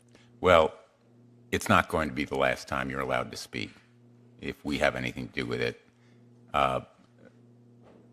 What I would say to Mark Zuckerberg is stop gagging Ms. Wynn-Williams. Let her speak the truth, and you come here and tell us your version of the truth if you have the guts to do it. Thanks, Mr. Chairman. I can promise you, Ms. Wynn-Williams, that this will not be the end. This is just the beginning. We are going to get the truth, and you have done a great service to the American people by telling the truth here today. Thank you for being willing to do it. With that, this committee is adjourned. Congress. Let me just say as we begin, this is a hearing that Facebook has tried desperately to prevent. Facebook is one of the most powerful companies in the world. It is one of the most powerful companies in the history of the world, and they have stopped at absolutely nothing to prevent today's testimony. They've absolutely gone to war to try to prevent it. Our witness today is a whistleblower, and not just a whistleblower, but a longtime executive at Facebook. She worked directly with Mark Zuckerberg and Sheryl Sanders and the Facebook brass. She was a part of the Facebook brass, and they have gone scorched earth to prevent her from telling what she knows. They've sued her. They have sought a gag order against her. They have begged courts to take her book off of the shelves. They tried to get it stopped from being printed in the first place. They have threatened her, get this, with $50,000 in punitive damages every time she mentions Facebook in public. $50,000 every time she mentions Facebook in public, even if the statements that she is making are true. And even as we sit here today, Facebook is attempting her total and complete financial ruin. They are attempting to destroy her personally. They are attempting to destroy her reputation. And I think the question is why? Why is it that Facebook is so desperate to prevent this witness from telling what she knows? What is it that they are so afraid of? Well, we're going to find out today. And I think that we've already got a sense of it. Sarah Wynn-Williams knows the truth about Facebook. That's what they fear. She knows that while Mark Zuckerberg now claims to be a champion of the United States and claims to be a free speech warrior, he in fact worked hand in glove with the Chinese Communist Party for years. He in fact made censorship his business model. He in fact developed censorship tools for the Chinese Communist Party to use against its own people. He in fact made Americans' own user data available, was willing to make it available to Beijing. The truth is, Facebook and Mark Zuckerberg have lied to the American people repeatedly. And I think as we'll see today, they have lied to Congress as well. It's time for this to stop. That's why this committee has launched a full-scale investigation into the potential illegal behavior of Facebook. Today's hearing is one step in that investigation. Ms. Wynn-Williams' testimony is absolutely essential to that investigation. That's why we invited her to be here today, and it is why she accepted. Facebook does not want you to hear what she has to say. I dare say China probably doesn't want you to hear what she has to say, but we are going to get the truth, and we're going to get the truth starting now. I'm delighted to have with me the ranking member, both for the subcommittee and for the full Judiciary Committee, Senator Durbin, and I'll turn it over to him. Thanks, Chairman Hawley, for holding this hearing. Thank you, Ms. Wynn-Williams, for agreeing to testify, particularly under these circumstances. You join other whistleblowers, including Frances Haugen and Arturo Bejar, who have bravely come before Congress to detail how Meta, aka Facebook, one of the biggest companies in the world, consistently chooses profits and growth over people and safety. Meta chooses to target vulnerable teenagers to drive engagement and increase ad spending, knowing the risk it poses to teen mental health. Meta chooses to feed its users inflammatory content to drive engagement and increase ad spending, knowing the harm it can cause. Meta chooses to put human rights concerns aside if it means access to more users, more growth, more dollars. During the time frame that Ms. Wynn-Williams documents in her book, I was pressing Facebook on its potential cooperation with the Chinese government. I was chair in this room of the Human Rights and Law Subcommittee, working with a staunch Republican conservative, the late Tom Coburn. We held hearings on the human rights implications of big tech operating in countries with repressive governments and sent interrogatories to Facebook on the issue. The company flatly declined to appear, claiming they had nothing to say on the issue. Here's what I said in the hearing room at the time. Quote, "We asked Facebook to testify and they said, we have no business operations in China and for that matter in most of the countries of the world," end quote. In retrospect, these comments from Facebook were disingenuous at best. In one chapter, Ms. Wynn-Williams describes a board meeting where the company discussed ways to head off regulation and change the narrative surrounding Facebook.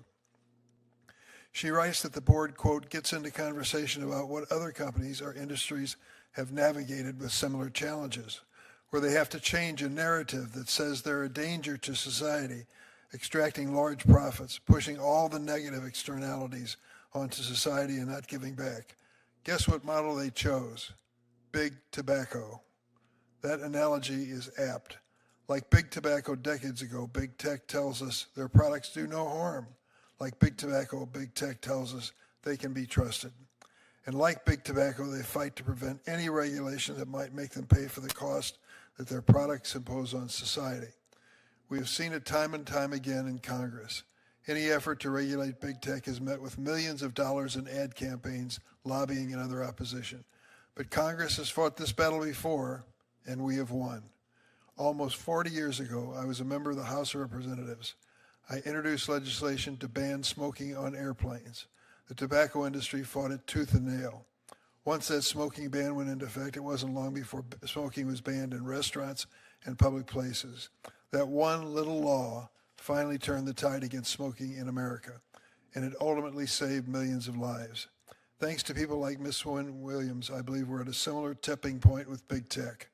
The word is out. The shine is off. We can all see the harm big tech has caused, from enabling the spread of CSAM and harming teen mental health to facilitating repression in places like China and Myanmar.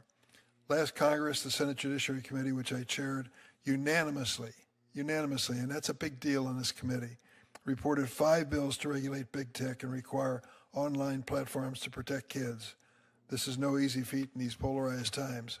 One of these bills was Stop CSAM, which I introduced with Chairman Hawley, and we're reintroducing it very soon. We'll do what it takes to get this bill to the president's desk so he can sign it. But we can't stop here, as Ms. Wynn-Williams makes clear in her books. Companies like Meta won't do the right thing unless they're compelled to do it. That's why I will also join with Chairman Hawley, Senator Graham, and others to introduce a bill to sunset Section 230 of the Communications Decency Act. For nearly 30 years, Section 230 has shielded big tech from liability for the harms they cause. Only by removing that liability shield will big tech finally have to take the steps companies in all other industries have to take to protect their customers. Unless and until Congress imposes accountability on these companies, nothing will change. Children and society will continue to pay a price. I hope this hearing and Ms. Wynn-Williams' testimony can once again shine a spotlight on the need to regulate big tech and build momentum. Thank you, Mr. Chairman. Thank you. We're delighted to have the chairman of the full committee, Senator Grassley, with us. And so I'm going to turn to Senator Grassley for an opening statement. Thank you, Senator. Thank you for exposing all this, or will be exposed. Thank you very much. In my 50 years as a member of the United States Congress, I've seen all kinds of whistleblower retaliation. I've seen it across all industries. The United States tech industry is no different. These tech companies sitting in those ivory towers in Silicon Valley look to silence whistleblowers. They want to keep these brave men and women from telling Congress, government regulators, and the entire American public about wrongdoing at their companies. I've fought for whistleblowers my whole congressional career as authors of updates to the False Claims Act, the IRS whistleblower program, many other whistleblower laws. Whistleblowers are key to rooting out fraud, waste, and abuse, whether it's in government or in the private sector. Recently, I wrote to OpenAI about their efforts to silence whistleblowers. To address this, I'm working on bipartisan legislation to implement whistleblower protection in the artificial intelligence industry. Sadly, our witness, Ms. Sarah Wynn-Williams, is facing down the barrel of a gun. Ms. Williams is a former employee, Facebook. According to her attorneys, Meta is threatening her with fines of $50,000 each time she makes a disparaging comment about the company. This can be easily abused to silence her for telling the truth. Thank you for bravely being here. This isn't the first time I've investigated a tech company for exposing America's data and sensitive technology to our adversaries. On September the 13th, 2022, as ranking member of this committee, I, along with Senator Durbin, held a hearing on those very issues. A Twitter whistleblower named Peter Zatko testified at that hearing. He disclosed to this committee that Twitter shared user information to foreign intelligence agencies, including the government of China. His disclosures made public that the FBI notified Twitter of at least one Chinese agent in the company. Now, what's different here now? Well, the Chinese didn't have to infiltrate Facebook. Facebook went to China. Ms. Williams has disclosed very troubling allegations.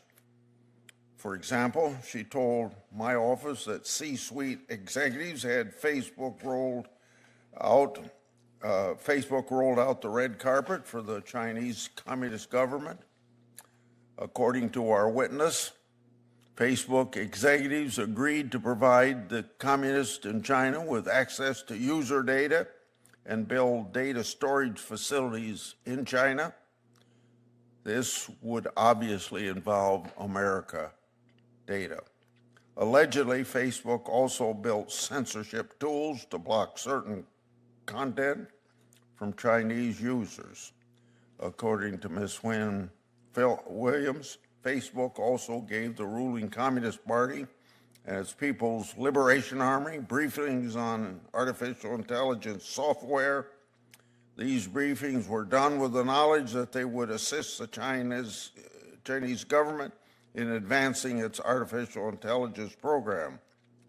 These actions have and can have dire consequences.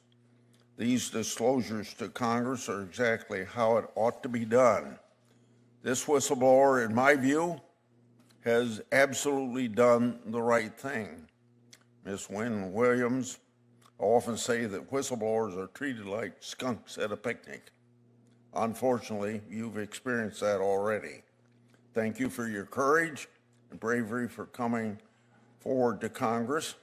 We'll be conducting a thorough investigation and ask Meta to fully cooperate.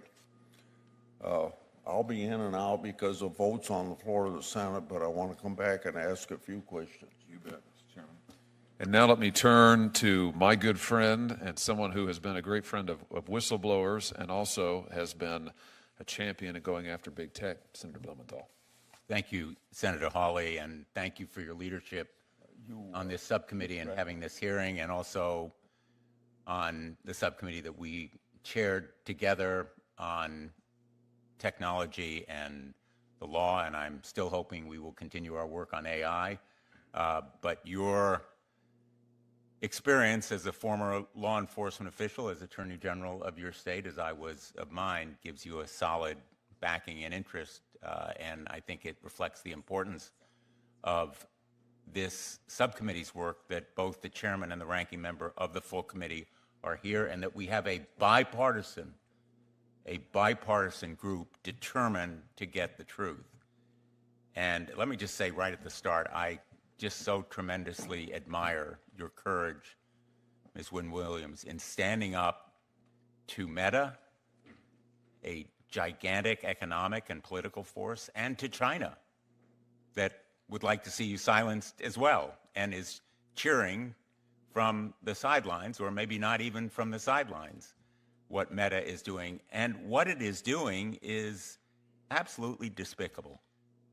It is disgusting and the height of hypocrisy for a supposed free speech champion, Mark Zuckerberg and Meta, to use a campaign of threats and intimidation to try to silence you. But it is part of a pattern. Meta is trying to buy and even bribe and pander its way out of any accountability. It has donated $1 million to Trump's inaugural fund. It started ripping